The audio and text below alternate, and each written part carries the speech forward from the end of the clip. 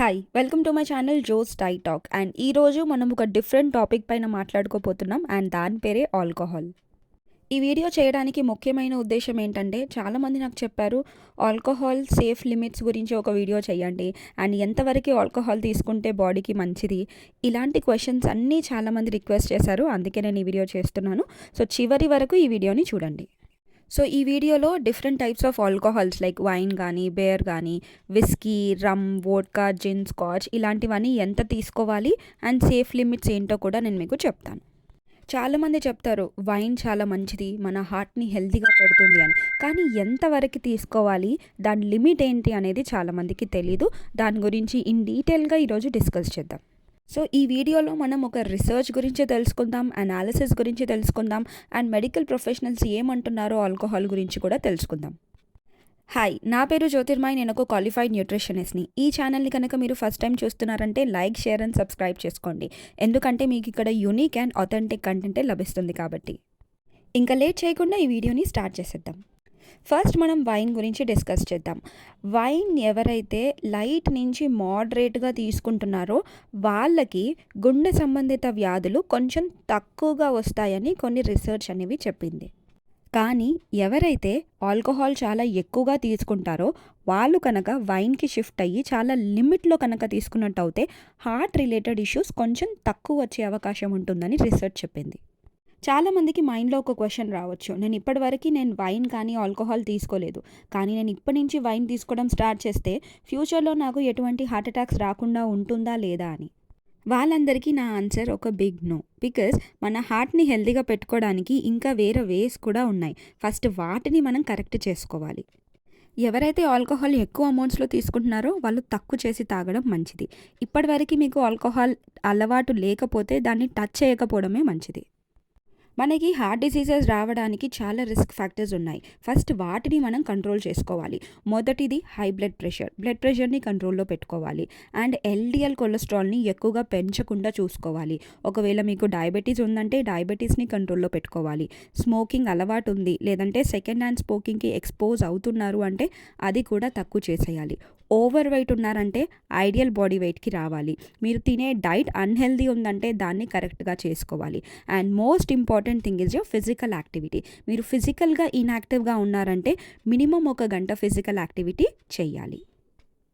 So next time నేను wine తాగుతున్నాను, నా హార్ట్ హెల్తీగా ఉంటుందని భ్రమలో ఉండకుండా ఫస్ట్ ఈ థింగ్స్ అన్నీ కరెక్ట్ చేసుకుంటేనే మీ హార్ట్ హెల్త్ ఇష్యూస్ అనేది రాకుండా ఉంటుంది. ఇప్పుడు ఆల్రెడీ ఆల్కహాల్ ఎక్కువగా తీసుకున్న వాళ్ళకి ఎంతవరకు తగ్గించాలో చూద్దాం. ఒకవేళ మీరు కనుక మేల్ అయితే 1 నుంచి 2 డ్రింక్స్ పర్ డేనే తీసుకోవాలి. అండ్ అదే మీరు ఫీమేల్ అయితే 1 డ్రింక్ పర్ డేనే తీసుకోవాలి. సో ఇప్పుడు డ్రింక్ అంటే ఎలా క్యాలిక్యులేట్ చేసుకోవాలో చూద్దాం. ఒక్క డ్రింక్ వైన్ వచ్చేసి 110 ml పర్ డే. సో మేల్స్కి 220 ml కన్నా ఎక్కువగా తీసుకోవద్దు 1 డేలో.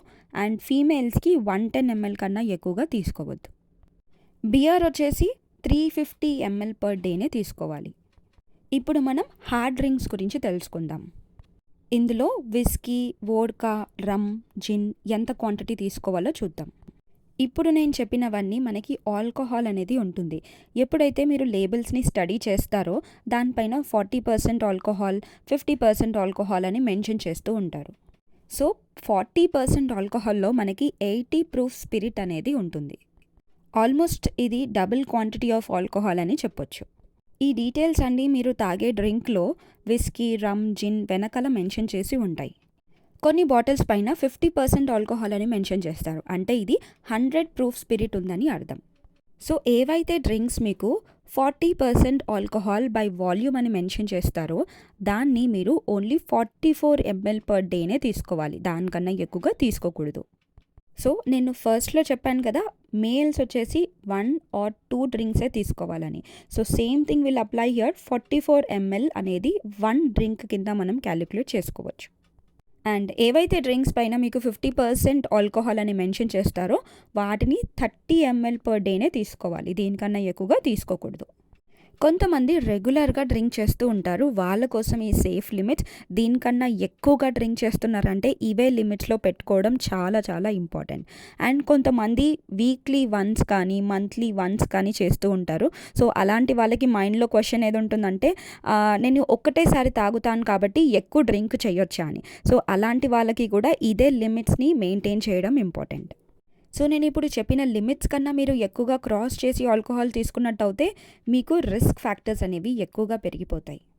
సో, ఒకవేళ మీరు రోజు ఆల్కహాల్ తీసుకున్నట్టయితే దాన్ని లిమిట్ తక్కువ చేసేయండి. అండ్ దీంతో పాటు మంత్లీ వన్స్ లేదా రేర్ ఒకేషనల్ డ్రింకింగ్ తీసుకుంటేనే మంచిది. మోస్ట్ ఇంపార్టెంట్ థింగ్ ఏంటంటే ఎవరైతే ఆల్కహాల్ చాలా ఎక్కువగా కన్జ్యూమ్ చేసుకుంటున్నారో వాళ్ళ గురించే నేను ఈ వీడియో చేస్తున్నాను. కానీ మీరు ఆల్కహాల్ ఇప్పటివరకు స్టార్ట్ చేయలేదంటే వెంటనే స్టార్ట్ చేయకండి.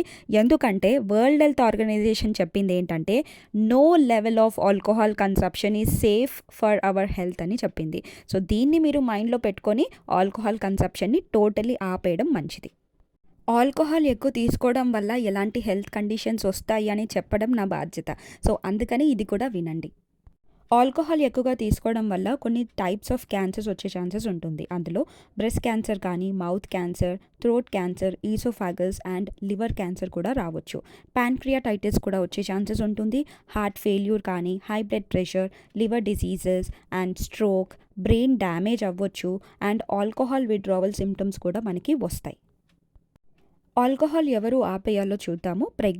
లేదా మీరు ప్రెగ్నెంట్ అవ్వడానికి ప్రయత్నిస్తున్నప్పుడు మీరు ఈ ఆల్కహాల్‌ని తీసుకోకూడదు. ఒకవేళ మీకు డాక్టర్ ఆల్కహాలిజం ఉంది లేదా ఆల్కహాలిక్ అడిక్షన్ ఉంది అని మీకు డాక్టర్ డిక్లేర్ చేసినప్పుడు ఇలాంటి కండిషన్‌లో మీరు టోటల్లీ ఆల్కహాల్‌ని స్టాప్ చేయాల్సి ఉంటుంది. లేదంటే హిమోరాజిక్ స్ట్రోక్ ఆల్రెడీ మీకు వచ్చిందంటే ఆల్కహాల్‌ని కంప్లీట్‌లీ స్టాప్ చేయాలి. లేదంటే వివిధ రకాల లివర్‌కి సంబంధిత వ్యాధులు వచ్చినాయి అనుకోండి ఆల్కహాల్‌ని ఆపేయాలి. హార్ట్ రిలేటెడ్ ఇష్యూస్ ఎక్కువగా పెరిగిపోతున్నాయి అంటే దీన్ని ఆపేయాలి. అండ్ దీంతో పాటు మీరు ఆల్కహాల్‌తో పాటు ఏదైనా మెడికేషన్స్ తీసుకుంటున్నారంటే ఇది ఆల్కహాల్‌తో ఇంటరాక్షన్ అయ్యే ఛాన్సెస్ ఉంటాయి కాబట్టి సో, మెడికేషన్ వాడే వాళ్ళందరూ ఆల్కహాల్‌ని ఆపేయడం మంచిది. సో, సేఫ్‌గా ఉండండి. ఆల్కహాల్‌ని తగ్గించండి. Thank you so much for watching my channel.